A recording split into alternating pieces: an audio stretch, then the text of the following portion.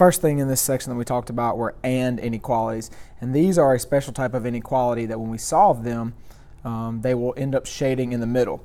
And these are compound inequalities, so we're going to get two answers when we solve these.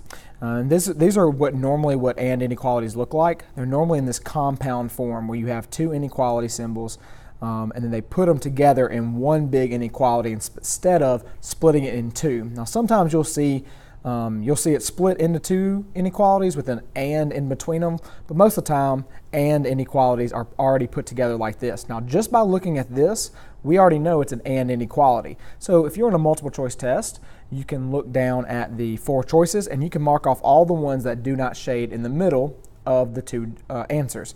So just because of the way it's put together, we know it's going to be an and inequality.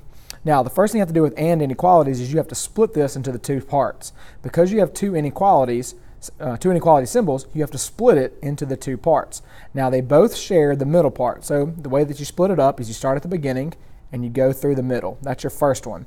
So 8 is less than 2v minus 4. Then you start at the end and you go through the middle, and that's your second one. 2v minus 4 is less than 16. So there are your two inequalities. Now you just solve both of those. So on the left side, we have 8 is less than 2v minus 4. So the first thing we're going to move is the 4 over. So we're going to add it because it was subtracting. And then we say 8 plus 4, which would be 12.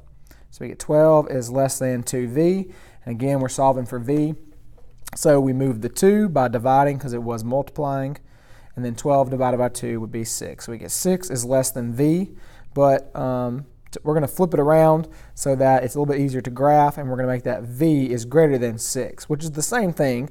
Because again, if you go elementary with it and you look at what the alligator's eating, the alligator's still eating the v. And here it's still eating the v. So that would be our final answer. All right, let's look at the second one.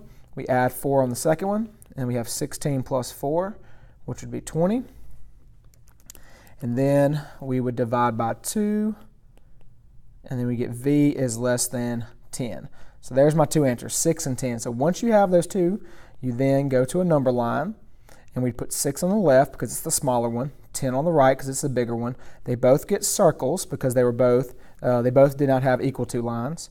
And then if you look at it, the 6 shades to the right, the 10 shades to the left. Now remember, you can look at the arrow. If you treat this inequality symbol kind of like an arrow, you can kind of draw a line like that. And you can kind of see it's like an arrow. And if you follow the arrow, you'll see that it shades to the left. Now this little trick only works when your variable's on the left side. If your variable was on the right side, kind of like it was right up here before we flipped it around, you would have to do the opposite, or you'd have to flip it around to put it the right way. Now, if that confuses you, then what you can do is you can just go on and shade it, and then ask yourself if the shading makes sense. So if you look at it, we have v is greater than 6, so everything that's greater than 6, so everything that's to the right of 6, but everything that's less than 10, so to the left of 10. So it shades in the middle. But like we said at the beginning, it was an and problem, so it shades in the middle.